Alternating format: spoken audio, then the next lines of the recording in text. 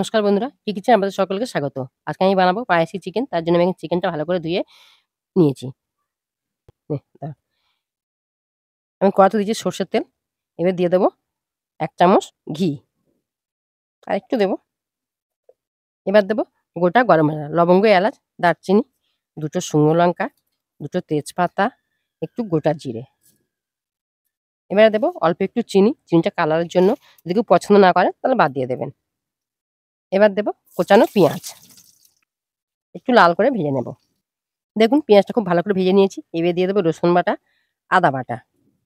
এটা আমি খুব ভালো করে কষাবো যতক্ষণ না কাঁচা গন্ধ চলে যায়। এবার দেবো পরিমাণ মতো লবণ,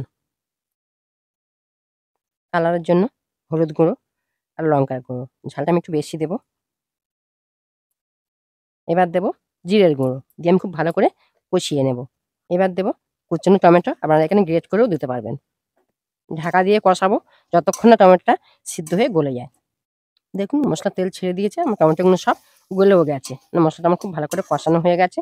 এবার আমি চিকেনগুলো এর মধ্যে দিয়ে দেবো। দিয়ে প্রথমে আমি ৫ মিনিট হাইতে দেবো, দিতে পারি আমি লোতে দিয়ে চিকেনটা ঢাকা দেবো যতক্ষণ না চিকেন থেকে জল ছেড়ে যাচ্ছে। দেখুন হাই ফ্লেমে আমি খুব ভালো করে নাড়াচাড়া করে নিয়েছি। এবার গ্যাসের ফ্লেমটা লো করে দেবো, দিয়ে ঢাকা দেবো। ঢাকা দিয়ে আমি কষাবো যতক্ষণ না চিকেন থেকে জল ছেড়ে যাচ্ছে। দেখুন চিকেন থেকে জল বার হয়েছিল, জলটা শুকিয়ে তেল ছেড়ে দিয়েছে। এবার আমি দিয়ে দেবো কিছুটা মটরশুঁটি। এটা অপশনাল, দিতেও পারবেন নাও দিতে পারবেন, কোনো অসুবিধা নেই। আমি আর কিছুক্ষণ কষিয়ে নেব যাতে আর একটু ভালো করে ছাড়ে। চিকেন খুব ভালো করে তেল ছেড়ে দিয়েছে। এবার দিয়ে দেবো অল্প একটু সামান্য জল।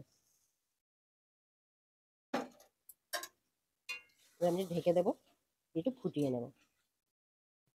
দেখুন আমার স্পাইসি চিকেন রেডি হয়ে গেছে। এবার আমি নামিয়ে নেব, তারপরে আমি ঠান্ডা করে দেখাবো।